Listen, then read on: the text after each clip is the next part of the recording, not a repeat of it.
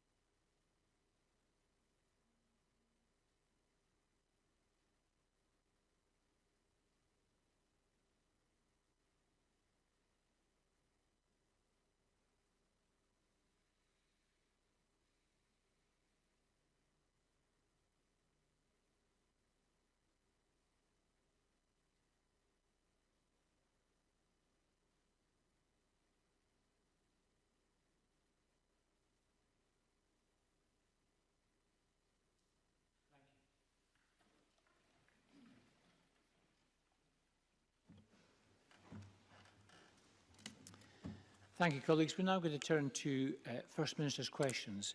Before we do, can I invite the First Minister to update Parliament both on coronavirus and also, I believe, a very serious rail incident. First Minister. Thank you, Presiding Officer. Before I give an update on coronavirus, I do want to briefly address the impact of serious storms across Scotland last night. There has been significant travel disruption and efforts are underway across the country to restore services and roads to normal.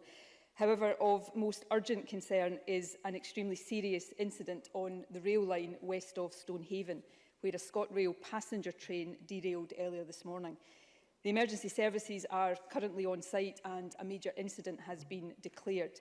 I have just come off a call with Network Rail and the emergency services, and although details are still emerging, I am afraid to say that there are early reports of serious injuries. The Scottish Government Resilience Room is operational and I will be convening a SCORE meeting with partner organisations as soon as possible this afternoon.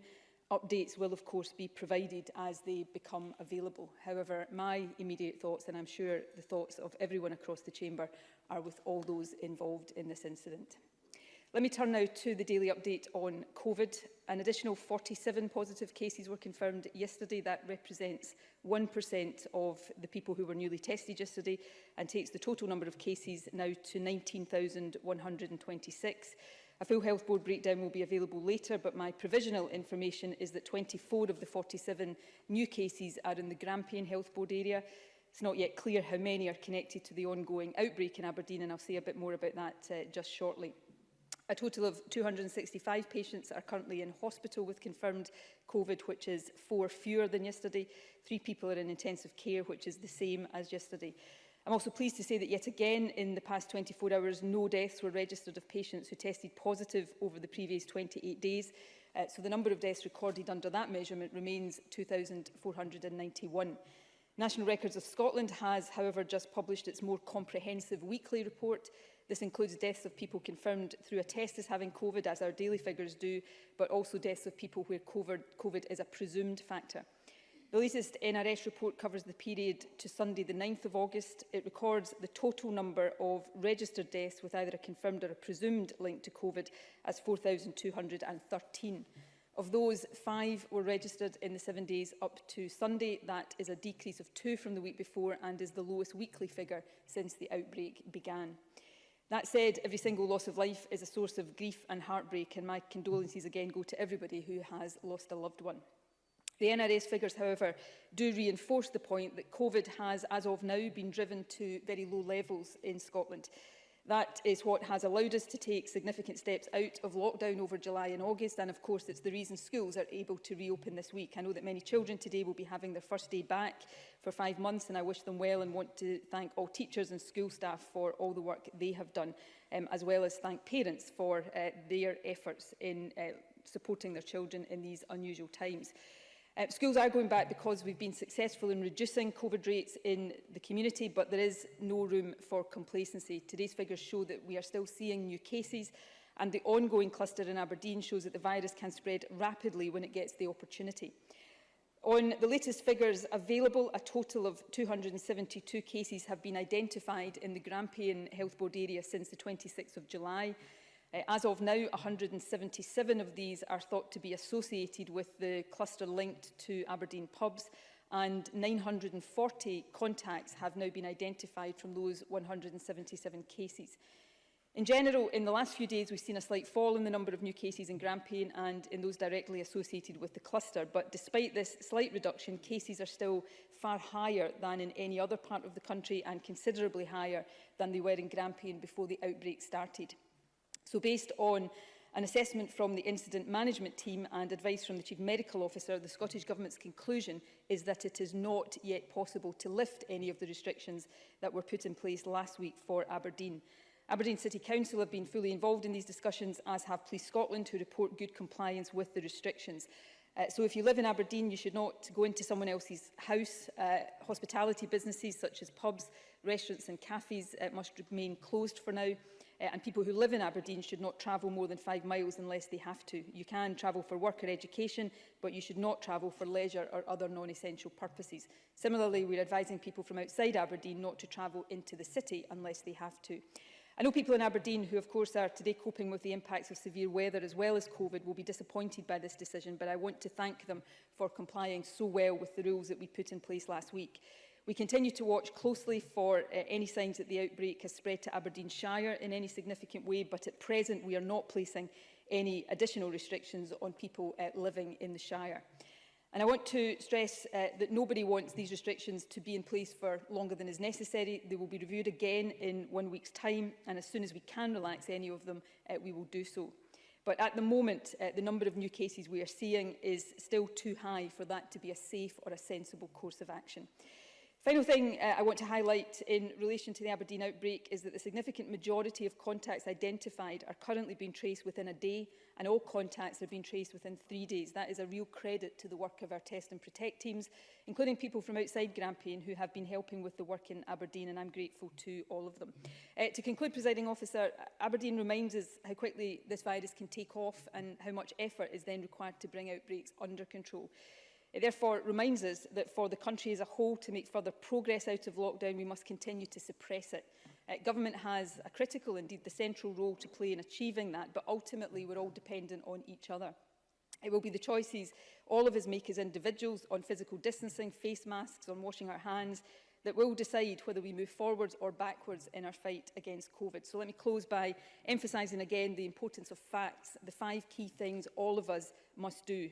Face coverings in enclosed spaces, avoid crowded places, clean hands and hard surfaces regularly, 2-metre distancing remains the rule, and self-isolate and book a test if you have symptoms. These are the golden rules which can help us to stop the spread of this virus, and I ask everyone across Scotland to continue to comply fully with them. Thank you. Thank you very much, First Minister. Before we turn to questions, just to remind members, most questions, not all, but most questions have been on COVID, therefore, supplementary questions. Therefore, I'm going to continue to take all supplementary questions, constituency and otherwise, after question 7, all of them after question 7. However, if you wish to ask a supplementary, press your button as soon as possible. Turn now to question 1, Ruth Davidson. Thank you, Presiding Officer. May I add the thoughts of my party to those already expressed regarding the incident in Stonehaven today? It is clear that this incident is serious and it will have affected a number of families across Scotland. We think of them at this time and also those emergency workers who are currently in attendance. Presiding Officer, the last week has been a terrible time for Scotland's school pupils and a new low for this government's handling of our education system. Yesterday, the Education Secretary sought to draw a line under events, but questions still remain. For example, we spoke this morning with Abby from Prestwick, who had a conditional offer to go to Edinburgh University. Her father says that they were initially delighted by Mr Swinney's U-turn, but have since discovered that the offer from Edinburgh has been withdrawn based on last week's modified results. Yesterday, Mr Swinney said that more university places would be created to stop students being crowded out of a place that they would otherwise have been awarded. But that's not a guarantee of a place on Abby's chosen course.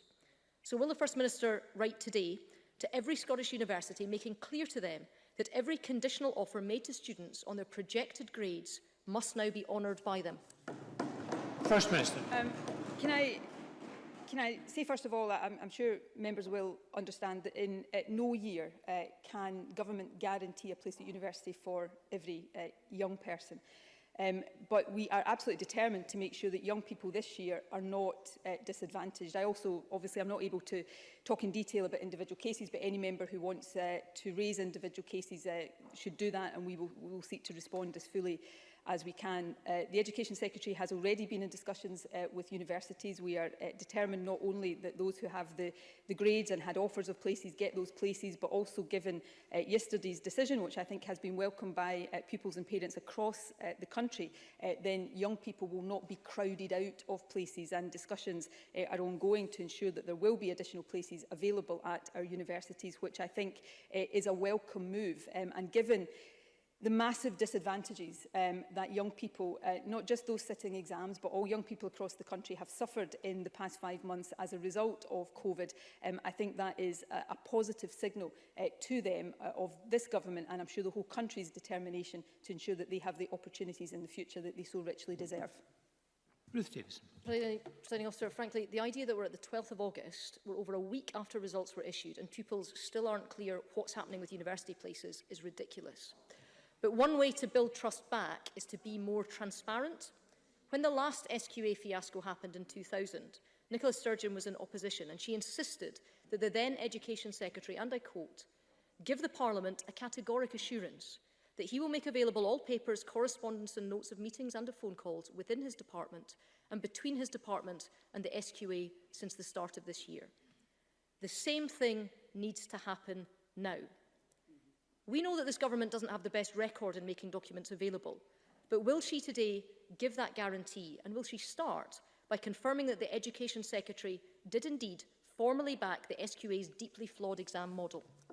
First Minister. Can I firstly say, on the issue of university places, in any year, the process of university admissions and the clearing process goes on for a period of time. This year, we are going to ensure that more places are available for young people, and I think that's a good thing. I think that is a positive thing that should be welcomed across the country. In terms of the SQA, the responsibilities and role of the SQA and the government, we'll make whatever Parliament wants available to Parliament. But I really don't think, I think the opposition, perhaps understandably given experiences with governments elsewhere, are maybe struggling to grasp a key element of this. The government's not trying to pass responsibility to the SQA. The government is taking responsibility itself.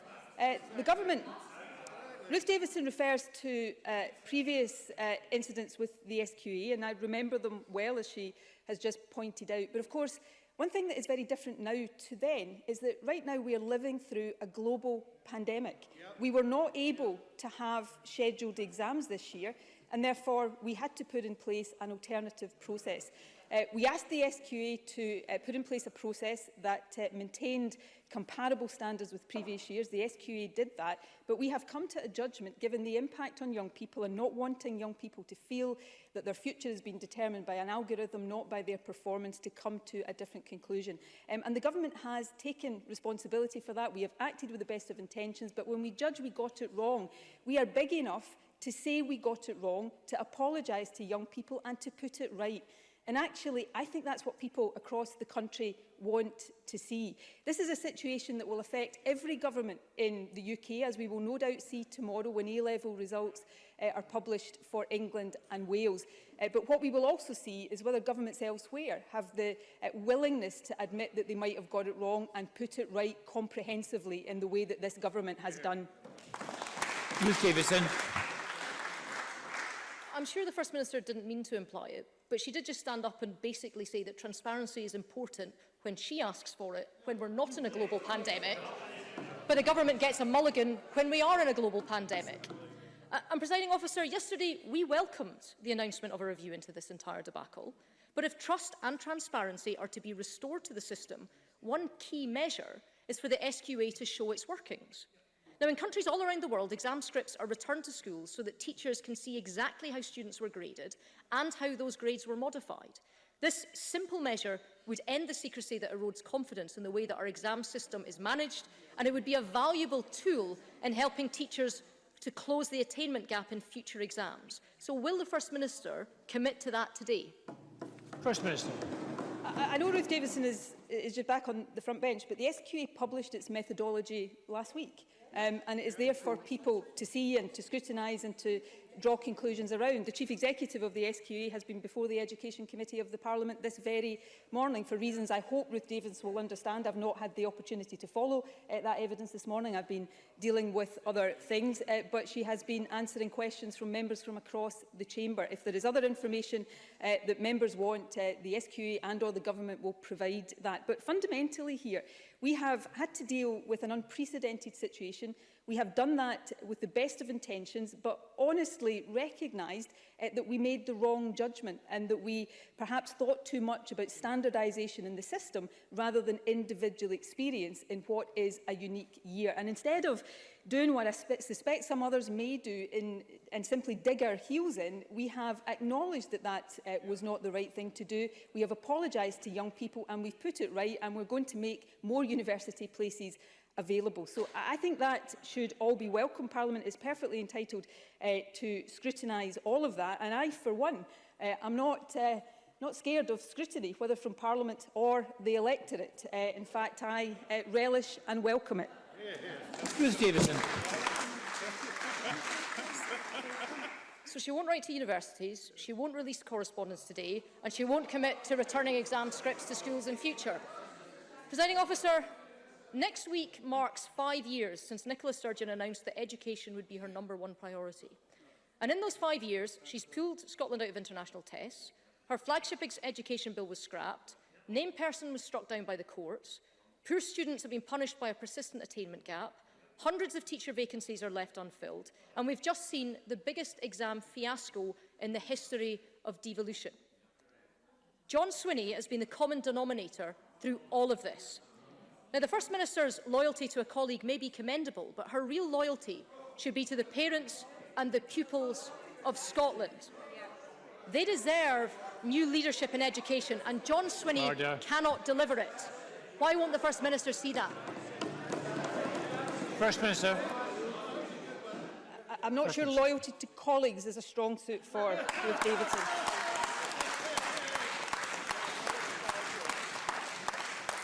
Ruth Davidson says, I won't write to universities. The reason for that is because John Swinney has already spoken to the universities. She says we won't publish how SQA is working.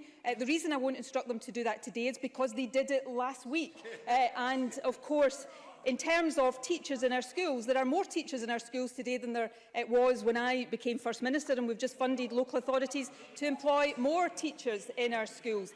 But you know, let's come to, and forgive me, Presiding Officer, my mind is not particularly on political matters this morning, but Ruth Davidson wants to have this kind of exchange. She really should think about the position from which she seeks to do it.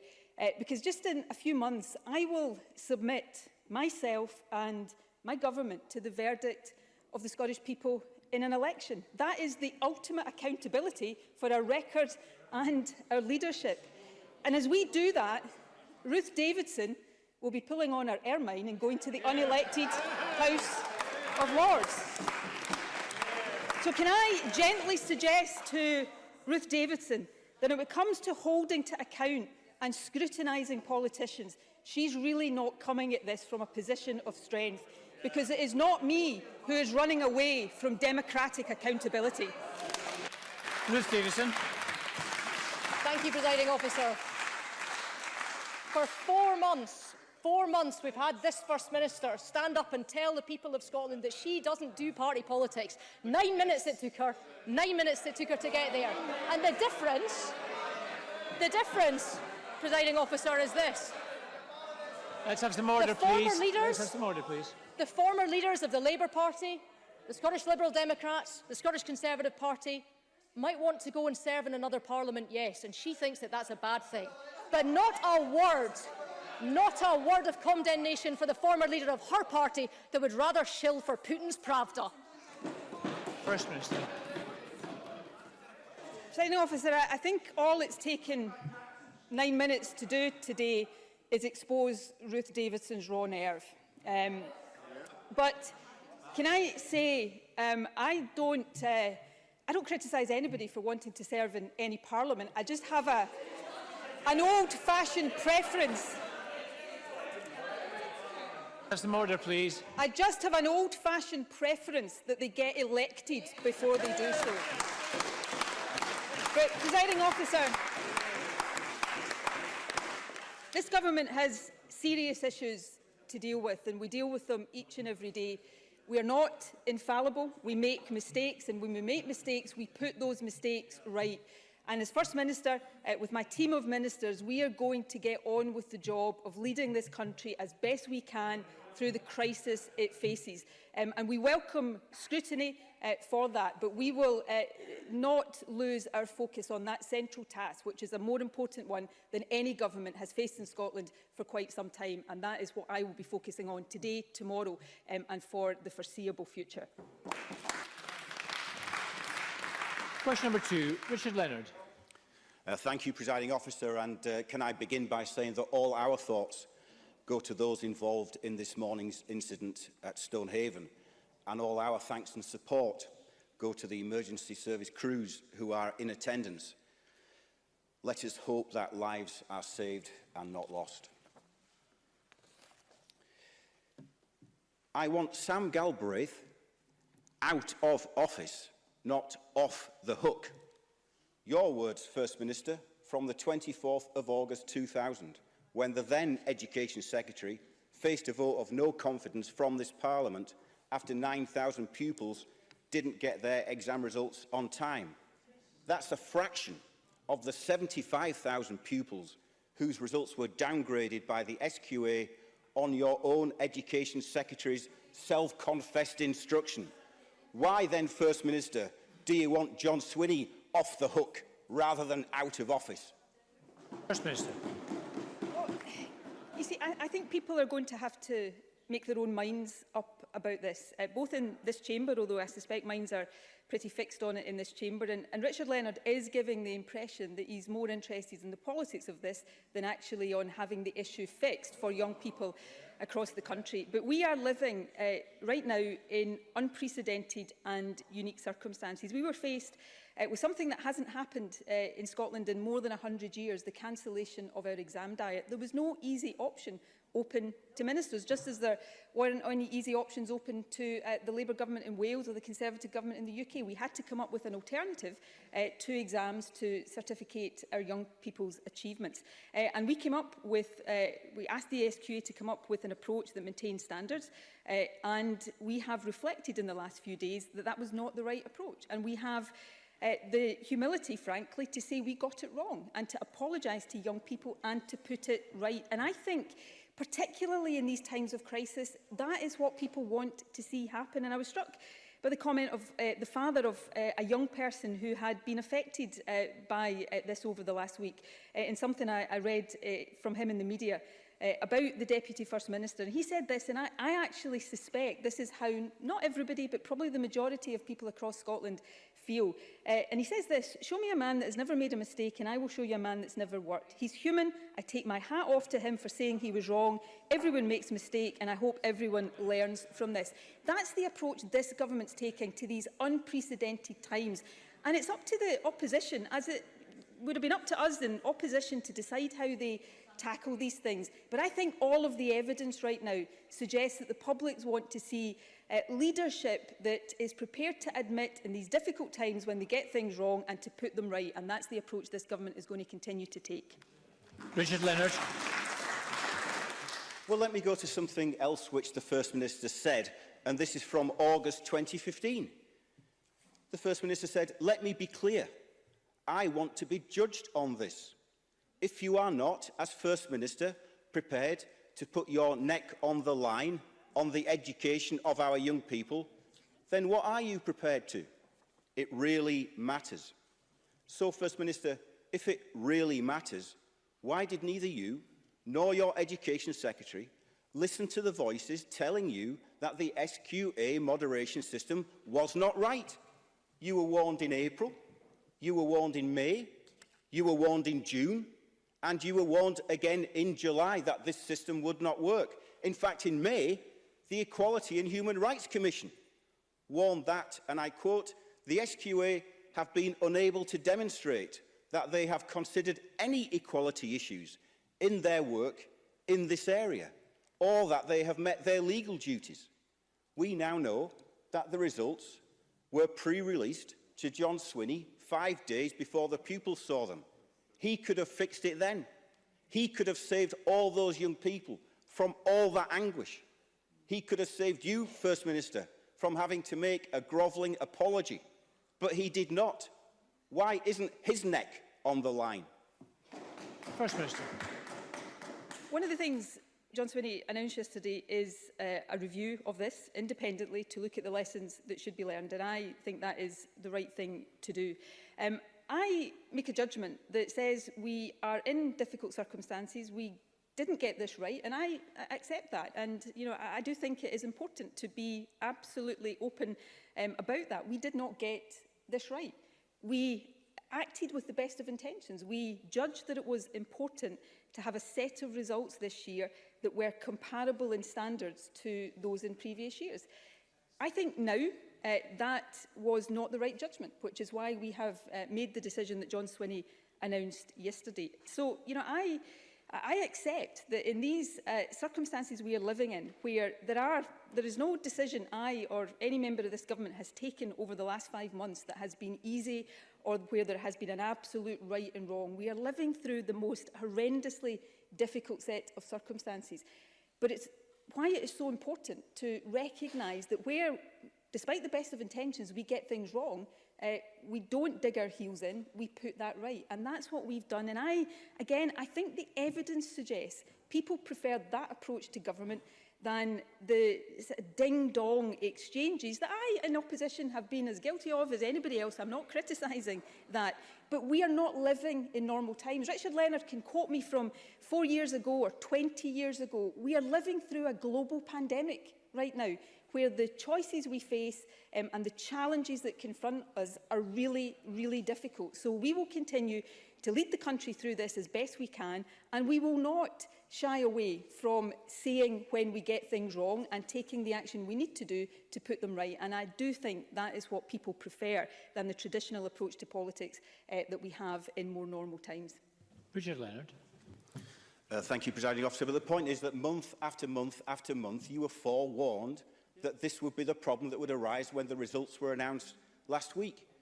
And judge me on education, the First Minister said. So those young people who demonstrated, who forced the government climb down, who refused to take this injustice lying down, the oldest of them have been at school for 13 years. So every single day of their education has been under the stewardship of the SNP. And where did it take them? Having to organise street demonstrations, online petitions, just to get the government to hear them and to give them the results that they had worked hard for. Schools all over Scotland are making a fresh start today. Pupils, staff, teachers have our good wishes and our goodwill, but they need the resources to make the return to school work. And they need an Education Secretary who they can have confidence in. Will the First Minister give them that and sack John Swinney? First Minister. Can I say firstly about the young people who made their case over the last few days so passionately? And as Richard Leonard rightly says, many of them, their entire school careers have been while my party has been in government. But, I reflect on the fact that the objectives of Curriculum for Excellence are to ensure that young people are confident individuals, engaged, active and responsible citizens. And I think these young people actually are a credit to the Scottish education system in the way they have conducted themselves, because they understand, and I've listened to many of them over the last 24 hours, recognising the difficult circumstances, welcoming the action the government has taken and welcoming the fact that both myself and the Deputy First Minister have apologised to them for the experience over the past few days. I do think, and it's not one of the few things that are not and can't be said to be my responsibility is how the opposition conduct themselves, I'm delighted to say. But I do think, for all the fact that the government got this wrong, and I keep saying that because I don't want anybody to think that I am shying away from that in any way, shape or form, but we put it right. And I think it's the opposition who are increasingly out of touch in not recognising that the public understand how difficult the situation we face right now is, and they want government and leadership that accepts that sometimes they'll get things wrong and they will put them right and they will continue to lead the country forward in the best way we possibly can. Question number 3, Patrick Harvey. Like all the other speakers, can I express our deep concern for all those who are affected by the rail accident near Stonehaven and for the emergency services responding, as well as for the public health professionals working to contain the Aberdeen outbreak. Children, young people and their families, as well as school staff, have been through so much this year, and we wish them the very best as schools return. And many thousands of young people do have extra reason to celebrate as an unfair policy is overturned. As the Greens warned for months, far from building back better, the SQA downgrades would have entrenched inequality in our society. But this isn't the only area where the Scottish Government's action has fallen short of its rhetoric about wanting COVID recovery to be the chance for a fairer, greener and more equal society. We've also been warning for a long time that this pandemic would lead to a housing crisis as well. And while the First Minister said that no one should be evicted because of the pandemic, she rejected Green proposals which would have protected private tenants, and instead she worked with the Conservatives to give extra help to landlords. Is the First Minister aware that there have been 350 applications for eviction orders during this crisis, and that's before we even count illegal or unchallenged evictions, and hundreds more applications are still outstanding as the tribunal resumes its work? How can this be acceptable? Well, as Patrick Harvey, I think, is aware, I know he's aware, the emergency legislation which we passed through this Parliament, in effect halted eviction action for up to 6 months. So he talks about applications, but no people can be evicted. That emergency legislation is currently in place until the 30th of September. And of course, yesterday we confirmed that, subject to the agreement of Parliament, it will be extended to March 2021, which I think underlines the continuing commitment of the Government to do everything we can to protect tenants and also prevent people becoming homeless as a result of the pandemic. We also want to make sure that we continue our record investments in affordable housing so that we are building the houses that are needed for this and future generations. So I'm absolutely always willing to listen to where we can and should go further on these matters, but the protection against eviction that I have spoken about there is in place right now, and if this Parliament agrees, it will be extended. Patrick Harvey. Well, the emergency powers that were introduced at the start of this crisis did tackle the immediate issue of rough sleeping and prevented evictions till September. But it's clear now that this wasn't enough, given the outstanding applications that are already there and the new applications that have been made. And even if this temporary measure doesn't end in just a few weeks, there are other evictions which take place without those applications, informally or illegally. It's clear that every forecast shows that this pandemic will cause long-term economic damage to our most vulnerable communities. And given the timescale of eviction proceedings, those who have already lost their jobs or incomes during this pandemic could still face eviction in the middle of winter, even under the government's current plans. The First Minister will be aware that Andy Whiteman proposed a rent freeze and a ban on any evictions as a result of the debt that this crisis has created. If the First Minister still can't bring herself to back these policies, will she look at other measures to prevent a tidal wave of evictions this winter, or will we be left looking to fix a crisis after the harm has been done? First Minister. I'm genuinely not sure if I'm missing something here, so I'm very happy to have further discussions with Patrick Harvey and his colleagues. In terms of Andy Whiteman's past proposals, I think I stood here and explained some of the reasoning why we didn't accept some of those proposals, but took other steps which in some respects were with the same or a similar intent. But the ban on evictions that the original coronavirus legislation put in place, due to expire on the 30th of September, the government wants to extend it to March 2021. I can't say right now that that is definitely happening because it is up to this Parliament to vote on it. But if my party and his party votes together, then there should be no block on that. In addition to that, we took action in the second coronavirus bill that allowed us to create a private landlord pre-action protocol, similar to what is already in place for the social sector, which sets out specific actions that private landlords must take before even pursuing eviction action. And if they fail to engage with that and then they apply for an eviction order, a tribunal can refuse on the basis that they didn't meet the requirements of that pre-action protocol. We continue to work with tenant and landlord stakeholder groups to make sure that these issues are properly explored. So we have a very clear intention here to make sure nobody is evicted as a result of the crisis we are living through. That's why we've put in place these measures, and I remain happy to discuss with members from across the chamber. I know Polly McNeill has a question in a similar territory later on in this session. We remain happy to work with members across the chamber to see if there are further steps and further action we can reasonably take. Thank you. Question number 4, Willie Rennie.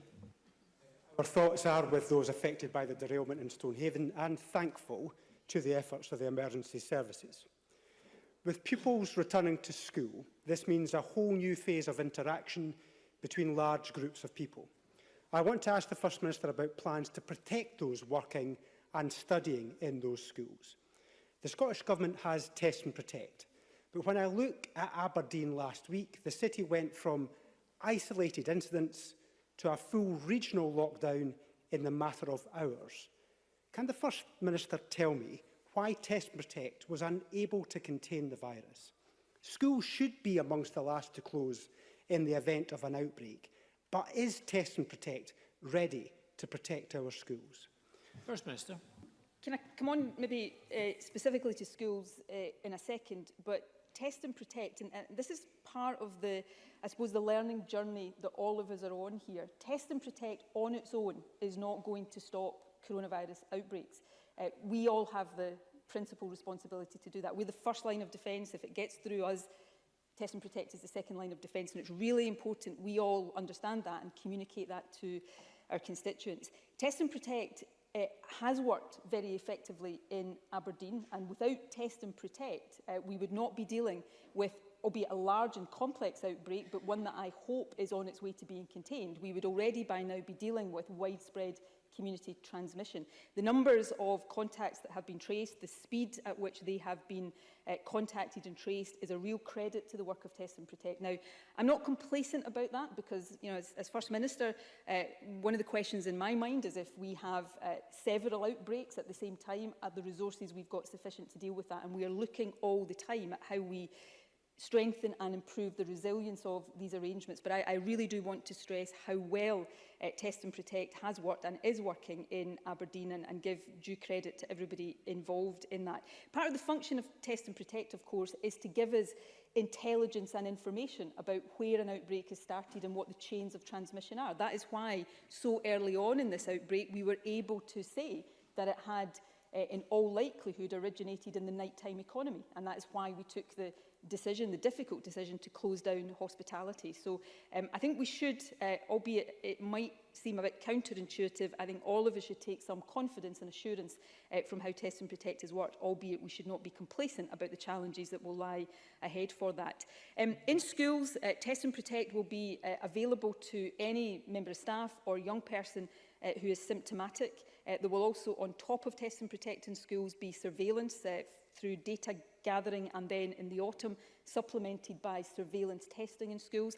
And in addition to that, and the Deputy First Minister is going to cover this in a statement to Parliament this afternoon, so I won't go into all of the detail, but he will announce some further expansion of the availability of testing in schools to give greater assurance to teachers and other staff working in our schools.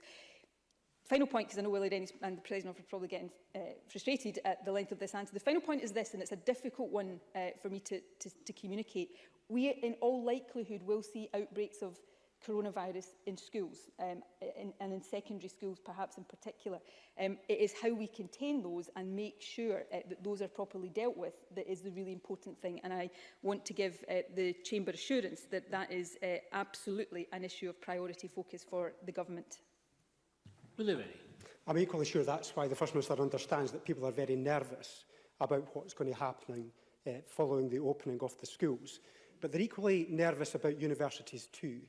2 weeks ago, I asked the First Minister about whether she would agree to test all international students on arrival in the country. It was a policy supported by one of her science advisors, Devi Schroeder. We want these students to come, but we want them to be safe too. The First Minister said she was considering this. I warned her that time was running out. We are 2 weeks closer to students returning. So can the First Minister tell me what has been decided? Will all international students be tested? First Minister. I can't give Willie Rennie the conclusion of those discussions because these are issues still under consideration. I absolutely, and I do have a very acute understanding of how quickly the virus can spread and therefore how urgent all of these decisions are. But I also understand that it's important to get them right so that they are sustainable and so that we can encourage and obtain real buy-in on the part of those we are expecting to comply with all these things. So that's why we are carefully considering, obviously with the university and college sector, and we'll set out more detail on that shortly. But as Willie Rennie, I think knows, we listen very carefully to the advice of our advisory group, and Devi Schroeder, who he quoted 2 weeks ago and again today, is a member of that advisory group, and we are paying very close attention to the recommendations that come from there. Thank you. Question number 5, Gillian Martin. Sir, to ask the First Minister what measures the Scottish Government can put in place to prevent bars being hotspots for the spread of COVID-19. First Minister. 3 significant pieces of guidance for hospitality have already been published. Sector guidance covering essential measures like physical distancing, cleaning and hygiene, guidance on the collection of customer contact details, and guidance on additional mitigating measures for a 1 metre physical distance exemption. As we announced last week, we will be moving guidance now onto a statutory footing later this week, enhancing measures on safe practices alongside introducing mandatory measures to make the collection of visitor details mandatory. This recognises the need to ensure that following guidance is not seen as optional and is a key tool to balancing the risk between allowing the hospitality sector to operate while keeping the risk of transmission as low as possible.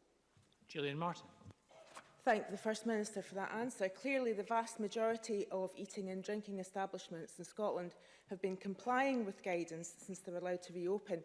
But as we've seen, it only takes a small amount to not have robust systems in place or to not manage them effectively for an outbreak to happen. Willie Rennie is blaming Test and Protect, but it is a compliance issue, which he'd know if his North East colleague ever went to NHS Grampian briefings. Is there scope for measures to ensure sanctions for businesses who do not comply with regulations and guidance? And what might they look like, and how can concerns be raised if customers have any? First Minister. I think Gillian Martin raises really good points, and in short, yes, we will continue to consider the balance between guidance and regulation, and also the balance between encouraging people to voluntarily do the right thing and impose sanctions when they don't. Enforcement is a key part of this, but I do continue to think it's important to encourage people to do the right thing for the right reasons. But across a range of these measures, the police have powers of enforcement, and we will continue to keep under consideration whether they have to be strengthened. On Test and Protect, I think Gillian Martin's right, although I have to say Willie Rennie is also right to question and scrutinise the resilience of Test and Protect. These are really important issues. But Gillian Martin is fundamentally right here when she says that it is first and foremost, in terms of keeping this virus under control, an obligation on all of us. I do think of it in this way of we are this first line of defence, so it's complying with all these measures that keeps that defence strong. When it gets through our defence, Test and Protect jumps into action, but it is then firefighting.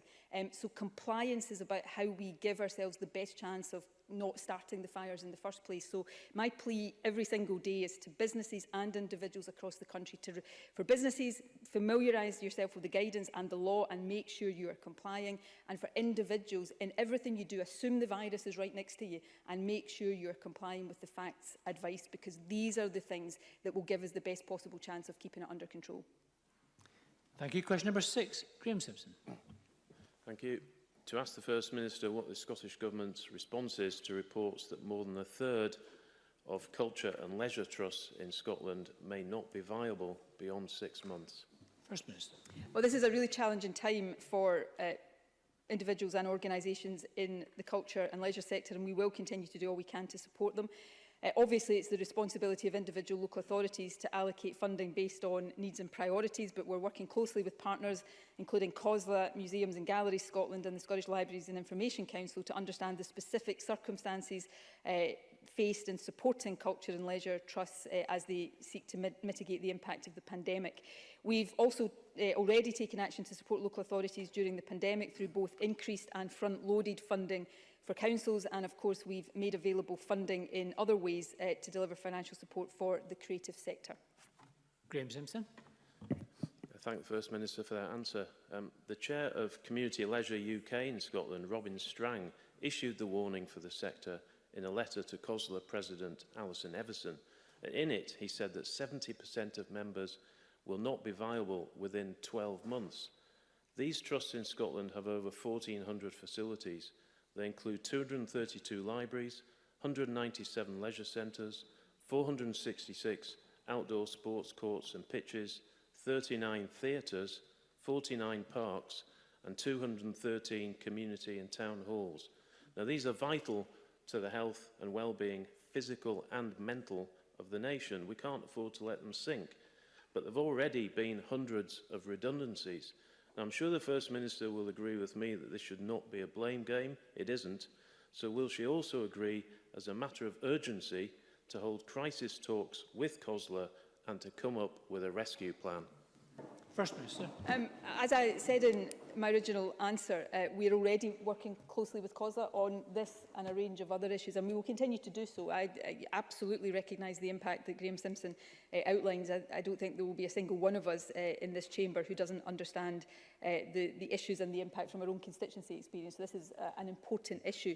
Like so many of these issues where we are dealing with an impact of not so much the virus itself, but of the steps we've had to take to contain the virus, there are, I'm afraid, no easy answers. But we are determined to work with partners, in this case with COSLA and with other representative bodies, to find the best way forward. And we'll do that as collaboratively, but also as urgently as we possibly can.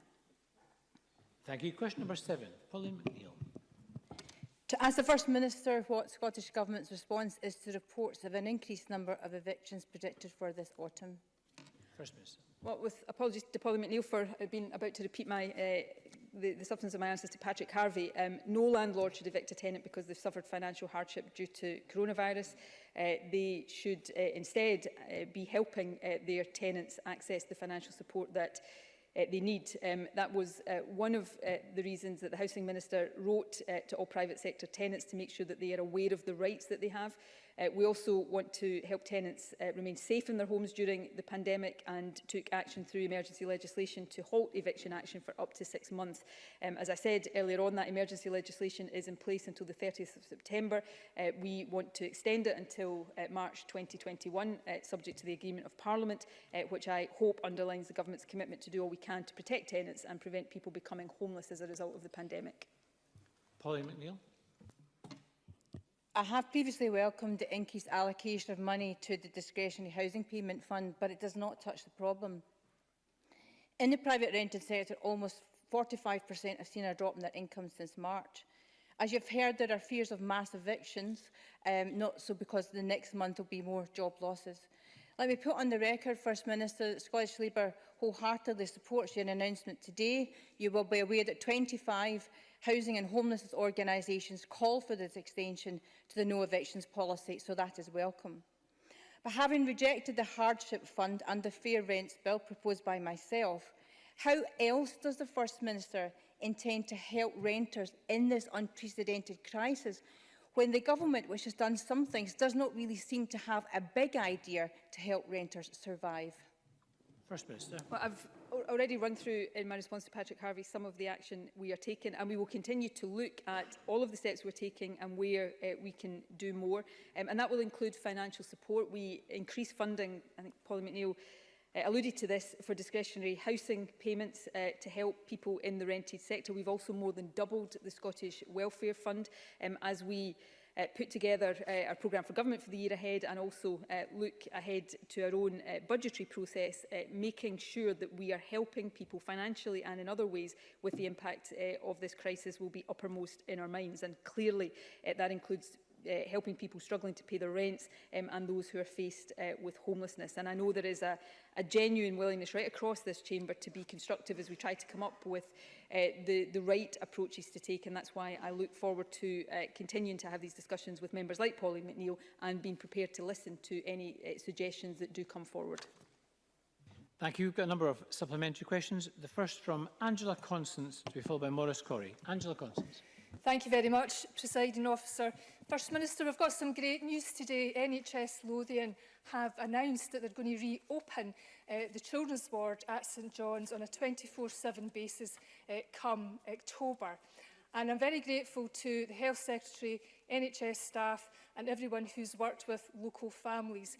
But I wondered if the First Minister would pay tribute to West Lothian parents for their tenacity in campaigning hard for this much-loved service, but also for doing it positively to build the strongest case for this much-needed service.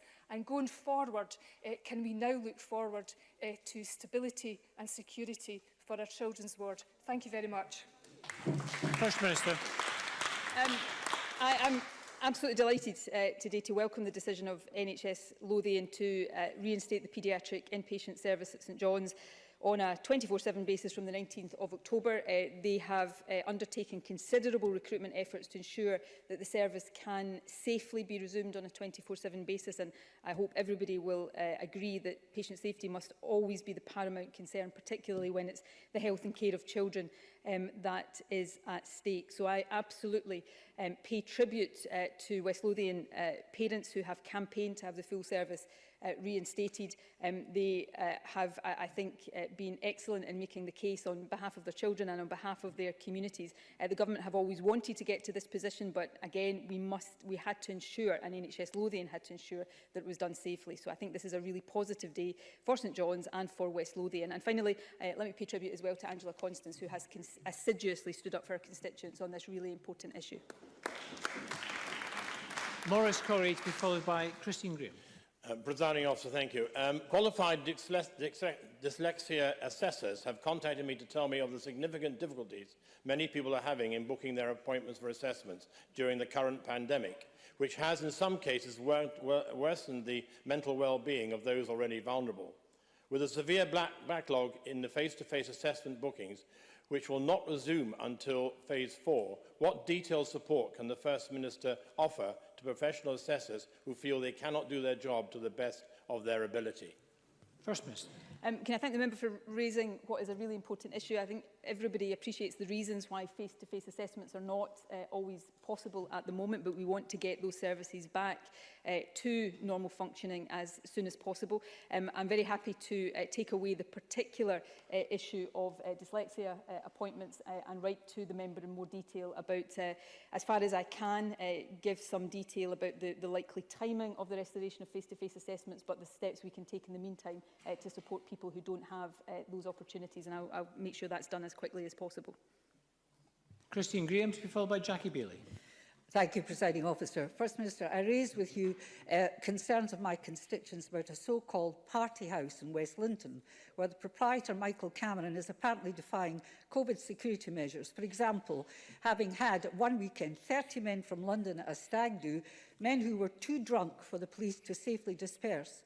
Does the First Minister agree with me that this attitude beggars belief and could cause a spike not only locally in the virus, but beyond?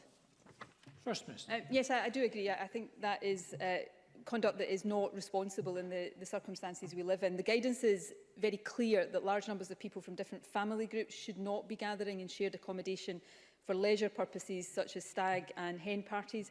The rules that govern circumstances in which you can spend time with friends and family apply both at home and away from home at any type of holiday accommodation. And we've seen in Aberdeen what can happen with gatherings that don't adhere to the guidance, particularly where alcohol is involved.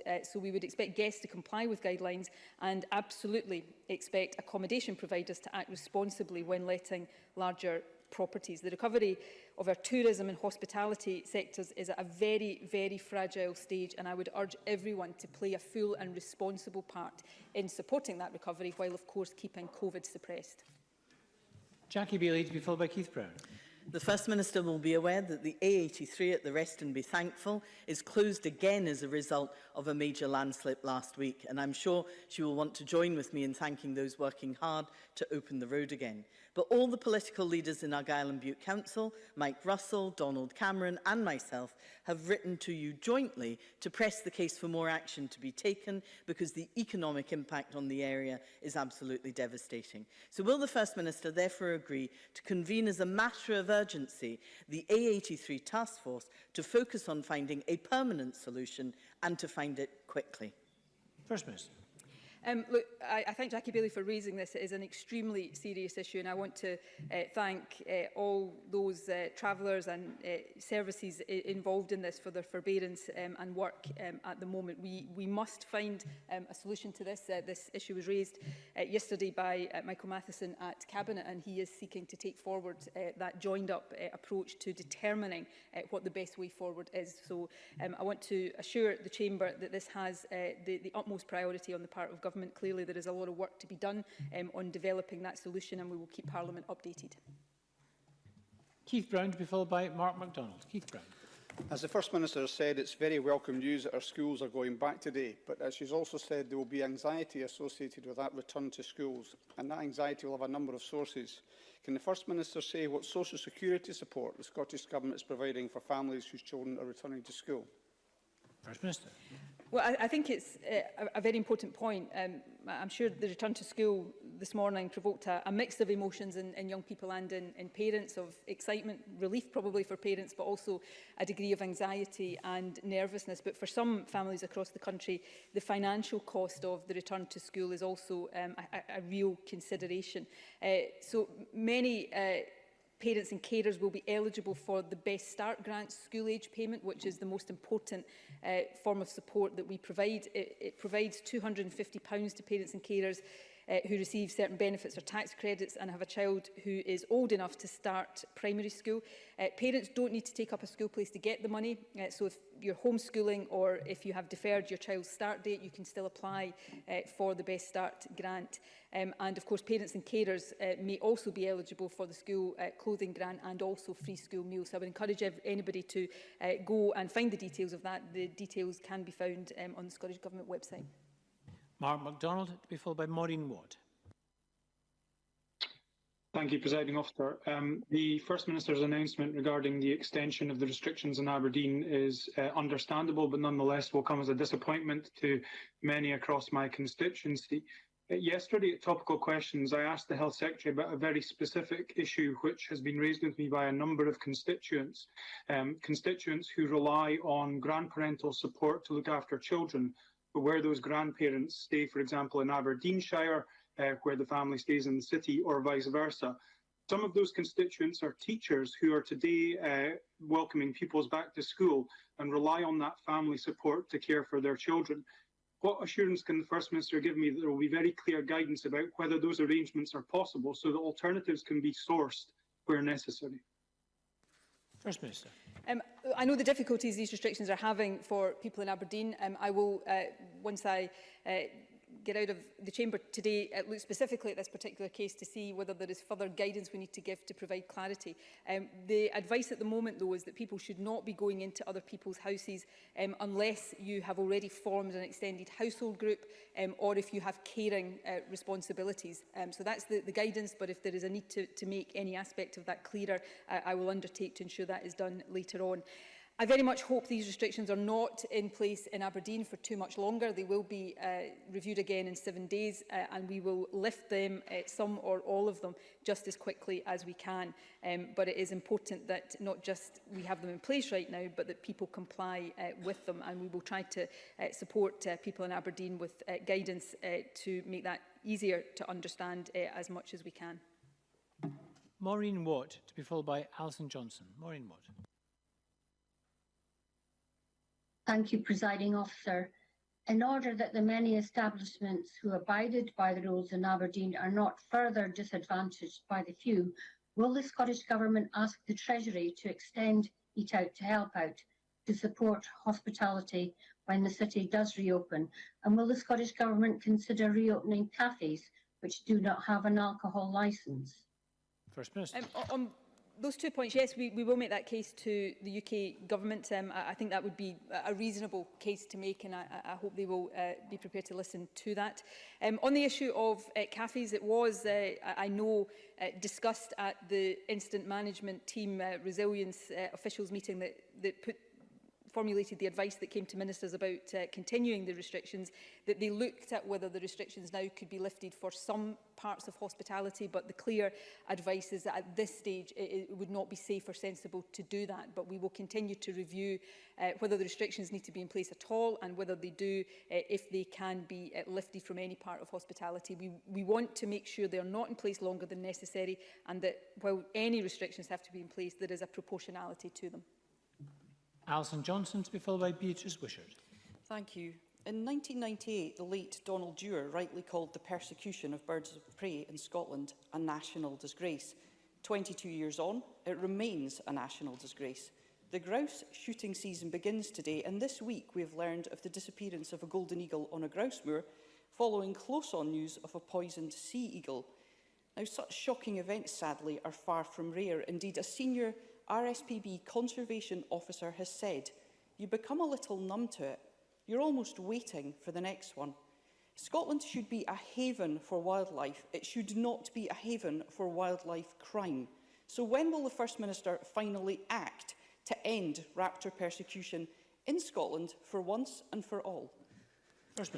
I understand both how serious an issue this is and how understandably and legitimately upset people are at the issues that Alison Johnson has outlined. Wildlife crime is a priority for Police Scotland. The Government, in a range of ways, of course, is reviewing the law and guidance around these issues, and I will ask the Environment Secretary to write to her with an update of the Government considerations on these issues as soon as possible.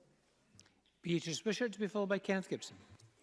2 weeks ago, I asked the First Minister to give my constituents clarity about the timescales for reopening adult daycare and respite services. The First Minister said she would look into it and come back with detail very soon, and I thank her for a reply. But the response I received yesterday said no more than what we already knew. Detailed guidance is still not available. So can the First Minister please now give some indication, especially for the families who think they are always left behind, as to what is happening with these much-needed services? First Minister. Just Wishart for raising the issue again. I'm glad she referred to the letter. I was sure I remembered signing off a reply to her in the last couple of days.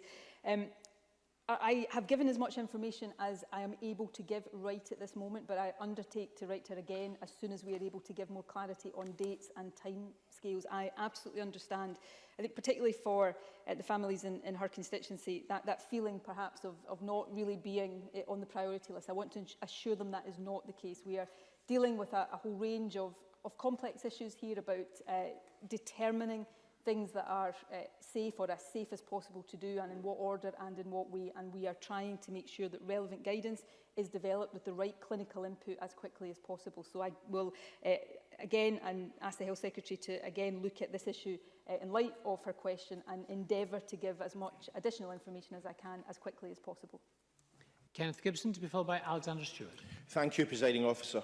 First Minister, a survey published last week by the British Dental Association Scotland revealed that 52% of largely or exclusively NHS practices and 86% of mixed practices predicted a reduction in NHS work over the next year due to the COVID-19 pandemic's impact on the provision of NHS dental services. Given the precarious position facing dental practices, What additional financial support will be provided to ensure the viability of these practices, without which there is a real possibility that dentistry in Scotland will quickly move towards a two-tier system with reduced access for NHS patients? First Minister. There isn't and shouldn't be seen to be a two-tier system of oral health care. Dental practices, if they are ready to do so, can provide BSL generating procedures in patients with urgent dental problems from the 17th of August. And of course, we have 75 urgent dental care centres throughout Scotland where patients continue to be referred to. In terms of funding, we recognise the pressures that COVID is bringing to bear on all aspects of our health service and all areas of our economy, and we will continue to work with the dental profession to seek to provide whatever support we can. We're already making exceptional payments to the value of around £12 million per month to support NHS dental incomes, which shows the degree of financial help being provided to meet the challenge of these difficult times, but we'll continue to look at what more we can do here, as we will do in all other areas. Alexander Stewart, to be followed by Alex Cole-Hamilton. Thank you, Presiding Officer. First Minister, you will be as concerned as I am that Clackmannanshire Council, the smallest council in Scotland, has had the second highest level of domestic abuse incidents during lockdown. Clackmannanshire Women's Aid have said that the problem is so severe that they may not be able to cope and require assistance for people as lockdown eases. Therefore, First Minister, what urgent action can the Scottish Government put in place to ensure that women, children and young people receive the support they require? First Minister. I'll ask my officials, as a result of the member's question, to liaise with Scottish Women's Aid in Clackmannanshire in particular to see if there's any support we can offer. We have acknowledged, and I think people across the UK and indeed further afield have acknowledged from the start of this pandemic that lockdown would create its own very serious problems, and the potential for domestic abuse undoubtedly was one of those problems. We have already made available additional resources to organisations working in this field in order that the helpline could continue, for example, during the pandemic. So we take all of this extremely seriously indeed, as I know does Police Scotland, who continue to make very clear and made clear. The Chief Constable made this very point when he did one of the daily updates with me, that notwithstanding the difficulties and restrictions of the pandemic, anybody who feels at risk or under threat of domestic violence should contact the police, and the police will respond appropriately. But we will continue to do what we can to support those frontline organisations supporting women or anyone who is subject to the threat of domestic abuse. Alex Cole-Hamilton, to be followed by Claire Adams. Thank you very much, Presiding Officer. I have this morning taken receipt of the first batch of Freedom of Information requests from local authorities around teachers who've spent lockdown shielding and are expected to return to work this week. There are 151 of them in North Ayrshire, 134 in Glasgow. Those numbers paint a picture of thousands of teachers and thousands more pupils in the most vulnerable categories expected to return to the school environment with COVID still at large. For secondary teachers and pupils at the upper end of the school, their anxiety will be all the more acute. The First Minister told Willie Rennie that she expects outbreaks of schools to take place. So what reassurance can she give those groups that they are safe to be there? And what particular measures will she ask schools to employ to keep them safe? First Minister. Well, these are important issues, and I would give assurance, or seek to give assurance, in a number of ways. Firstly, the advice we give to people in the shielded category is not given lightly. We consider it very carefully. It is informed by clinical and expert opinion, and it will continue to be so. The advice that we gave from the start of August that shielding could pause was one we agonised over and will continue to obviously keep under review.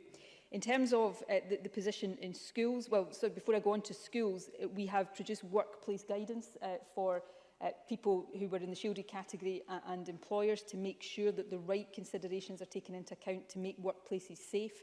And in schools, the guidance has put in place a number of mitigating factors to ensure that schools are safe and the right protections are being put in place. And again, we will keep that under very, very close review. The Deputy First Minister will cover more of this ground when he makes a statement to Parliament this afternoon, and that will include extensions to the position around testing. We will not hesitate to change the advice and the guidance we give to people in the shielded category if we think that is necessary. We've all got a responsibility to help ensure it's not necessary by keeping the virus under control. And of course, we are seeking to develop on an ongoing basis the range of information we give to people so that they are better able to assess their own risks in the particular areas they live in. So these are issues that will be under review on literally a daily basis. Claire Adamson to be followed by Bill Bowman. Thank you very much, Presiding Officer. I'm sure the whole Chamber would want to wish all pupils returning to school this week the very best in what are unprecedented times. But can I also ask the First Minister to extend her thanks to the cross-cooperation work of the Education Recovery Group in developing the protocols that are in place to ensure that staff, pupils and teachers can have confidence that the best measures are in place to avoid COVID-19 breakouts. First Minister. Yes, I would record my thanks to everybody who's been working really hard to help us through COVID, but also to make sure that the right guidance is in place to help people return safely to workplaces, whether that's schools or any other workplaces. The Education Recovery Group has not had an easy task, but I think it has done a really good job. And as I just said in my previous answer, all aspects of the guidance in schools will be kept under review, as we will keep under review any emerging evidence from Scotland, the UK or any other part of the world. But I do want to take the opportunity to thank teachers, support staff, janitors, cleaners and caterers, everybody working in our schools who have done such a huge amount of work, but who will also, as parents and family members themselves, be feeling a sense of anxiety right now, just as young people are. And I think it's important to acknowledge that and to give as much assurance as we can that we will continue to strive to make sure the right protections are in place. And Bill Bowen. Thank you, Presiding Officer. I would like to join with Ruth Davidson, the First Minister, and others who have expressed their shock and concern with the events unfolding in Aberdeenshire today. The First Minister has said there have been many agencies involved in this particular occurrence. There will also be many people who are very concerned that they have friends or loved ones involved. Can the First Minister point to a central point of contact that they can use to try and get information about their concerns? First Minister. I think that is a very important suggestion which I will undertake to put into action later on. I'm sure Parliament will understand that I mean no disrespect to it when I say I'm anxious to get out of the Chamber right now so that I can firstly be updated on the current situation, but make sure that all of these practical arrangements are being put in place. As I said earlier on, I spoke to Network Rail, to the Police and Fire Service just before coming into the Chamber. The details that were available then were still minimal because this is an ongoing incident. It has happened in a very difficult location for emergency services to access. And I know and can appreciate that there will be many families who are anxious if they believe they have relatives who were on that train. So we will do everything we can to make sure the emergency services are supported, families are supported, and that there is a clear, it may be something that while we've been in the Chamber, the emergency services have already put in place, but if not, we'll make sure that there is a point of contact for anybody who has worries about their relatives or friends can access over the course of the day. Thank you very much. And that concludes First Minister's questions. I'm going to suspend Parliament. We'll resume at 2:30 with a statement on schools returning. Parliament is suspended.